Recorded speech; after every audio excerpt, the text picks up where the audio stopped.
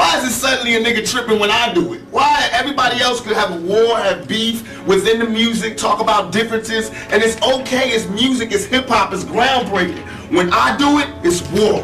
What's the deal, y'all? It's B-Thug back at it again with another video, and I got some new content for y'all. But before we get into it, if you're new to my channel, go ahead and hit that like button below, hit that subscribe button, and turn on my post notifications so that you don't miss out on any latest news or interesting topics on YouTube.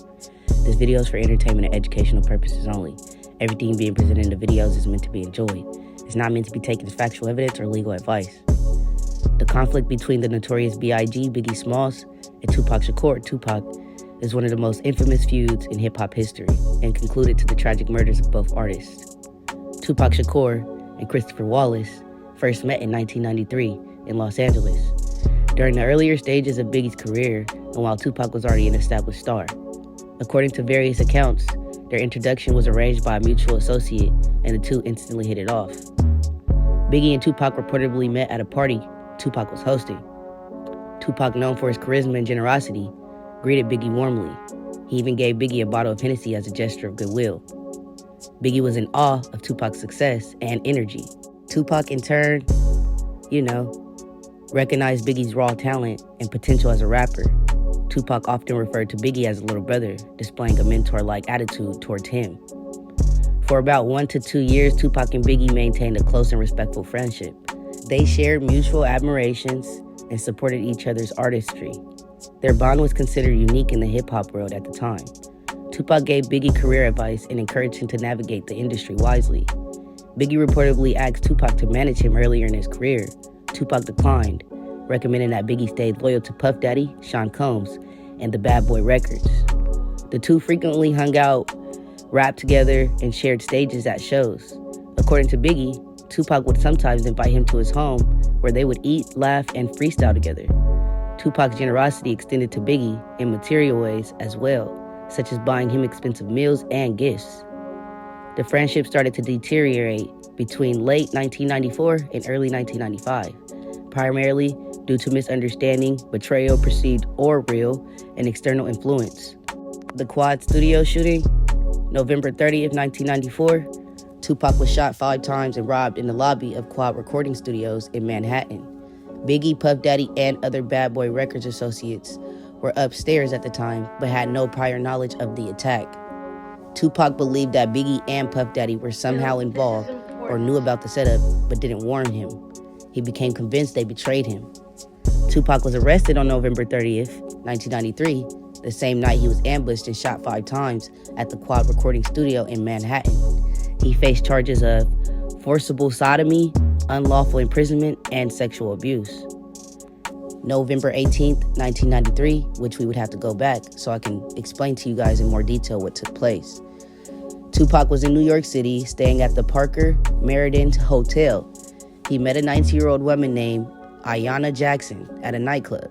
According to both accounts, Tupac and Jackson engaged in consensual sexual activity the same night in his hotel room. A few days later, Jackson returned to Tupac's hotel room. This time, Tupac was with several associates. Jackson alleged that Tupac and his entourage sexually assaulted her. Tupac denied the accusations, claimed he did not participate in any non-consensual acts and had left the room when the alleged assault occurred.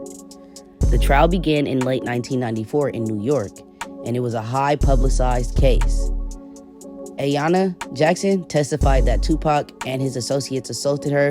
She accused Tupac of encouraging the assault by saying, "This is my woman, and this is what she wants." Tupac testified that he did have consensual relations with Jackson, but denied involvement in any assault. He claimed he was being targeted because of his fame. On December 1st, 1994, Tupac was convicted of first-degree sexual abuse, but he was acquitted of sodomy and weapons charges. The jury found that Tupac had aided and abetted the sexual abuse, but did not personally assault Jackson. On February 7th, 1995, Tupac was sentenced to 1.5 to 4.5 years in prison. Before sentencing, Tupac expressed his frustration with the justice system, claiming he was being treated unfairly because of his celebrity status and public persona. Tupac was sent to Clinton Correctional Facility in Dannemora, New York in February of 1995. While incarcerated, He reportedly struggled with the conditions, but remained focused on his music and legal battles. Tupac wrote lyrics and letters during his time in prison. His reflection led to the creation of his highly successful album, Me Against the World, which was released while he was incarcerated and became the first album to top the Billboard charts while the artist was in prison. Songs like Dear Mama from the album are considered some of his most heartfelt and introspective work. After serving about 9 months, Tupac was released on October 12, 1995, after Suge Knight of Death Row Records posted his $1.4 million bail. In exchange, Tupac agreed to sign a contract with Death Row Records. While Tupac was in prison in 1995 for sexual assault charges, he began to hear rumors that Biggie had capitalized on his absence by releasing Who Shot Ya, a song widely interpreted as taunting Tupac about the shooting. Biggie denied the song was about Tupac, stating it was recorded months before the shooting, had no connection. After his release from prison in late 1995, Tupac was officially signed with Death Row Records. Suge Knight, who had a personal vendetta against Puff Daddy and Bad Boy Records, fueled Tupac's suspicion about Biggie and encouraged the East Coast versus West Coast narrative. Beyond the shooting, Tupac felt betrayed by Biggie on a deeper level. He thought that Biggie had failed to publicly defend him or clarify his innocence regarding the shooting rumors. In interviews, Tupac expressed disappointment, saying Biggie was supposed to be a real fan and support him. Despite the feud, both artists reportedly had moments of regret about the fallout. Biggie repeatedly denied any involvement in the Quad shooting and insisted he never wanted beef with Tupac. In interviews, he expressed sadness about how the situation spiraled out of control. Biggie reportedly reached out to multiple mutual friends and tried to de-escalate the tension, but Tupac was unwilling to reconcile. Tupac escalated the feud with his infamous diss song, Hit 'Em Up, where he accused Biggie of copying his style and claimed to have had an affair with Biggie's wife, Faith Evans. Biggie had responded more subtly, releasing tracks like Who Shot Ya, which mainly interpreted as a taunt towards Tupac, though Biggie denied it was aimed at him. The feud became emblematic of a large conflict between East Coast hip-hop, centered in New York and represented by Bad Boy Records, and West Coast hip-hop, centered in Los Angeles and represented by Death Row Records. Suge Knight and Diddy amplified the rivalry with public jabs and aggressive posturing. On September 7, 1996, the shooting in Las Vegas. Tupac was in Las Vegas to attend a Mike Tyson boxing match. After the fight, he and Suge Knight were involved in a physical altercation with a member of the Southside Crips gang, Orlando Anderson, in the lobby of the MGM Grand. Later that night, while driving with Suge, a white Cadillac pulled up alongside their vehicle, and an unknown assailant fired multiple shots. Tupac was hit 4 times. Tupac was rushed to the hospital and placed in intensive care. He died 6 days later on September 13, 1996, at the age of 25. No one was ever charged with Tupac's murder at the time but Orlando Anderson. He had been widely suspected. Anderson denied involvement and was killed in an unrelated shooting in 1998. March 9, 1997, the shooting in Los Angeles. 6 months after Tupac's death, Biggie traveled to Los Angeles to promote his upcoming album, Life After Death. After attending a party at the Peterson Automotive Museum, Biggie left in a GMC Suburban. At a red light, a black Chevrolet Impala pulled up alongside Biggie's vehicle, and the driver fired 4 shots, killing Biggie almost instantly.